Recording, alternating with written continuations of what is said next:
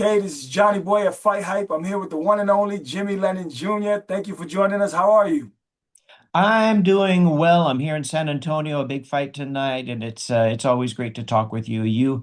You have so much knowledge about boxing. You challenge me in many ways, but it's always great to talk with you about it. No, I love speaking to you. I love to get your thoughts and your opinions and everything. But let's get right into it. Jimmy, over the past several days, Terrence Crawford was stripped of the WBC. I wanted to know your thoughts about this whole situation. It was over sanctioning fees. Mauricio Suleiman, I interviewed him 2 days ago. I spoke to him about the situation. He gave me a few details, but he didn't want to really. He said, "I'll take the high road," and he doesn't want to go into it. He said that Terrence Crawford was under contract to pay those fees. They couldn't, come to an agreement. The other sanctioning bodies, he was able to make a deal with them. What do you think on the whole situation? What's your thoughts? Well, I think like Mauricio, I'm going to take a high road, but I will say it's unfortunate for the sport of boxing. I think talking about money too much and it is not the high road. And so we've seen some kind of ugly and not so pretty things, exchanges happen here. And so it's unfortunate, but it is a reality. Um, I think there's some things behind the scenes that I have heard about that aren't necessarily public yet, which makes this an impasse. So I think both have their reasons, but I would hope that this would be out of. I don't like it being as a part of the news. There's some ugliness about it, and that's unfortunate. At the same time, this has been happening in boxing for a long, long time. My first mega fight was Tyson versus Buster Douglas in Tokyo, and as a young man, I remember uh I think it was Buster Douglas who was not going to pay, and I could be wrong there. One of the fighters, I think it was Buster Douglas, was not going to pay one of the sanctioning fees, and that became a big issue then. So this is nothing new, and it's going to continue to happen. And but I don't like to see it in the public as a part of boxing. It brings up some good questions about the role of the sanctioning bodies, but it's unfortunate. I would hope they would work it out and take the high road, both sides. Definitely. But do you think that are the sanctioning bodies important, or is TKO's idea of a one title better than that? What do you think? What's your opinion? Yeah, I'm going to be careful on that one also. I know a lot of people are taking sides on that. Yeah. And you know, I guess I'm somewhat of a traditionalist, and I do see the value of the tradition of the sanctioning bodies. For one, they're international. In fact, boxing's suffering a little bit in the U.S. and changing the Muhammad Ali Act in the U.S. is not going to affect Great Britain and Mexico and all the other places in Japan in the world where boxing is pretty hot, a big sport. So I definitely see a value of them.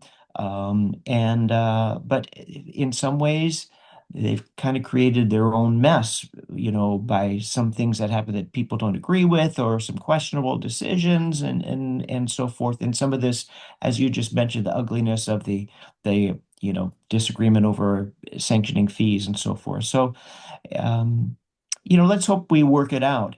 Um, I hope that boxing can learn, say, from MMA and UFC, where, fighters fight each other. That's a great thing.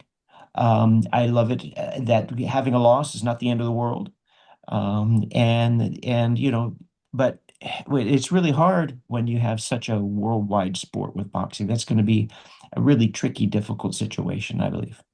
Absolutely. Now, speaking of the Muhammad Ali Act, what do you think about that? Nick Khan and Max Kellerman had a conversation, and they said that, well, not Max Kellerman, but Nick Khan said they're not looking to change it. They just want to amend it and give the fighter an option in the contract. What do you think about the Muhammad Ali Act? Should it stay the same way? What do you think? Uh, I'm not sure what the difference is between change and amend. Yeah. It seems, when you amend something, you're changing it. Exactly. Yeah, I'm gonna steer a little clear of that. It's somewhat over my head, but I do like what the Muhammad Ali Act has done, years ago when it was instituted. I think it's very good for boxing. Um, uh, there again, my question is, it's just in the US.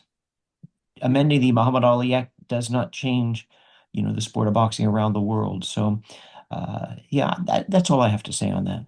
Yeah, no problem. And then, switching gears quickly, we have a super fight on January 31st between Shakur Stevenson and Teofimo Lopez. Both fighters are athletically gifted. Teo, the explosiveness, the footwork, the athleticism. Shakur, the defensive, technician. How do you see this fight playing out? Obviously Shakur is the favorite going into this. He's a 3.5 to 1 favorite. How do you see? I think it's a lot closer, but how do you think the fight plays out? Boy, I'm with you. I think it's a lot closer than Yeah, that. Wow. What a bet. What an odd right there. As I said to you on the phone, I think it was yesterday that man, when I look at Teofimo in person, he looks just very large. He's yeah. a big 140 pounder, big 140 pounder. With Shakur moving up, I think the odds should be much, much, much closer. Um, but it is a super fight, and yeah, that's one to look for. I will be doing a fight the same night, and I just figured that out. You made me look it up. It'll be in Puerto Rico, Oh, okay. with Xander Zayas in his first defense of his title, and I think Bruce Carrington is going to be on that. Interim featherweight world champion will be on that fight card as well. These are all things coming together a little ways away from that, but we have two good fights on that night. But certainly the Ring 6 fight in New York is a super fight. It's one I'll be if I'm not there, I'll be watching on my phone and see the results of if I can't wish I could be two places at once, but I can't. Yeah, definitely. But the one question I want to ask you is it possible for Shakur Stevenson to win on the back foot? He's moving up to 140 to take Teofimo's title. The judges aren't just going to give Shakur the belt. He has to earn it, the hard way. You have to walk through fire. Teo is explosive. He has those twitchy reflexes. I think he might be, maybe a little faster than Shakur Stevenson. Shakur may be more precise. But do you think Shakur can win a decision? He has to be aggressive, right? Well, the odds makers, as you said, have made him 3.5 to 1 favorite. So certainly he can do that. But I agree with you that Teofimo is really fast hands. He's a quick fighter as well. He's going to be a naturally bigger fighter, a harder puncher fighter. And so, yeah, no, for me, I think I'm surprised at those odds. I think Shakur can win, and it's a good close fight that the world will be watching. And whenever I speak of, and I'll say this, whenever I think of Teofimo, I got to tell you that when he was 10 years old or so, we had a photo together. And later he brought that photo and he showed it to me after he won the world title. It was actually before he won the world title, but he was the undefeated, really great super, rising star. And he showed me, reminded me that we had met before, and that was kind of nice. So he's kind of special to me. So maybe my thinking is not so not so objective. So, but that's a great memory with him. And but yeah, I've done some Shakur Stevens fights, and he's a real talent. It's going to be a great fight. Absolutely. This could be a legendary clash. Do you see this similar to Leonard Hearns and going back and forth and then one man taking, control in the ending of the fight? Yeah, that's a sure is a classic, great comparison. And what a classic, series that was. Really, their first fight was really great. So yeah, it's this is a special fight with two great fighters. Do you think the winner of this fight, they'll be the top fighter? There's so many other fighters that they can face. Devin Haney, who do you think will be the best fighter of this era? Because Yeah, that is such a difficult question. yeah, That's a difficult question. But we're talking about the cream of the crop here. yes. We are definitely talking about the cream of the crop in a very good division of 140 pounds. At this point, I think that's a great division. 154 is a great division as well. Look at some of the lighter weights as well. So, yeah, it's a big one. Yeah, definitely. Well, I can't wait to see it. Switching gears one more time. Finally, Jake Paul, Anthony Joshua. What are your thoughts on this? Did he bite off more than he can chew, facing 6'5" Anthony Joshua? A lot of people, I think it's an 11-1 favorite for Anthony Joshua. What are your thoughts on this fight? It's only 11-1, huh? You know what? I just shake my head. I have no idea. From Gervonta Davis to Anthony Joshua, wow, there's a big difference there. Yes, And I just don't. I'm incredulous that Jake Paul would choose him as an opponent. I just can't figure out why. And I think a lot of people are going to pay to see Anthony Joshua hit him and see what happens. I do have a thought about Jake Paul, and that is I really have a lot of respect for him. First of all, anyone who steps into the ring and takes boxing as seriously as he is, I have a lot of respect for him. And then to choose to take Anthony Joshua, just seems crazy. I have a lot of respect for that. I also, as a promoter, have a lot of respect for him. He's smart, he knows what he does, and he's good to his fighters. He's very good to his fight. If an event gets canceled, he'll pay them anyway. So I think he's a spoiler, and people want to perhaps see him get beat. And in the arenas, they boo him. He's the villain. At the same time, I have a lot of respect for him. So good for him for taking on Anthony Joshua. I mean, but we'll see. I think the odds should remain very large. definitely. No, no, what happens if Jake Paul pulls out the upset, shocks the world? Do we take him seriously now, Jimmy? What do we give him his credit and finally say, okay, Jake Paul has arrived? Absolutely. Absolutely. If he does it, hats off to him. I mean, that'll be just an amazing upset. I mentioned earlier about doing Tyson Buster Douglas, which was the odds were even greater than 11-1. 32 to Uh 1, I believe. Yeah, I believe so. Maybe perhaps the greatest upset in boxing history. Yes. But Sports, maybe, right? Sports history, maybe? maybe even all of sports, maybe all of sports. But this would be a huge upset. So it is things are possible. But I don't know. It's a crazy matchup. Definitely. And finally, my final question, Jimmy, who's your favorite fighter of all time? It doesn't have to be the best fighter, but maybe a fighter that you built a relationship with.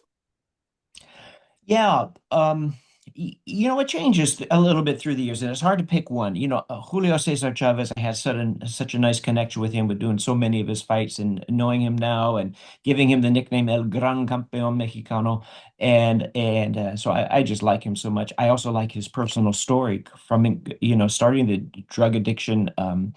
Recovery centers that he has in Tijuana and Culiacan. As a young man, I just loved Alexis Arguello. And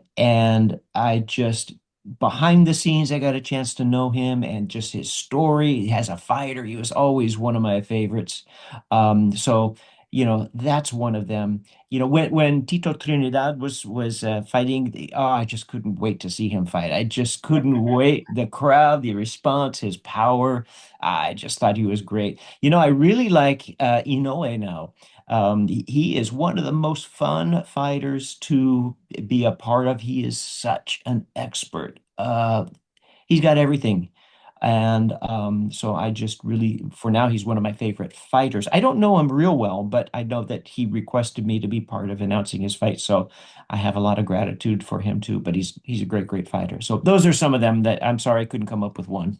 No, those are excellent fighters, excellent choices. But is there any funny stories that maybe the fans don't know about that comes to mind from any of the fighters, maybe Chavez or Trinidad, Inoue, anything that maybe we would laugh about? Yeah, well, how about a Tommy Hearns story? Yes. Uh, he had a fight in Norfolk, Virginia, one of his later fights, and I was going to arrive the morning of the fight. My fight got delayed so much, and I had his favorite trunks. I was bringing his favorite trunks with me, so I got it packed in my bags. Ended up I was going to cancel. Oh no, Jimmy, you gotta come. You gotta come. You my, favorite trunks. So I made a flight that would get me there just barely in time.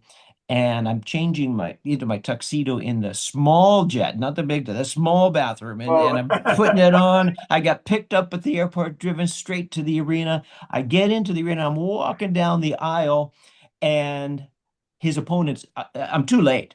His opponent is already in the ring, and Oh. Tommy Hearns is walking down the aisle in his second favorite trunk. So I couldn't deliver it to him, but I jumped into the ring and boom, announced that fight, and that was it. So that was a close call, and it was a crazy little memory, a little bit of stress involved as well. Definitely. I know you have many more, but we'll talk about those. Jim, I'll let you get out of here. Thank you so much for your time. It was a real honor and pleasure talking to you, speaking with you, and wish you best of luck tonight. Thank you, Johnny. Great to be with you. You got it. I'll see you soon.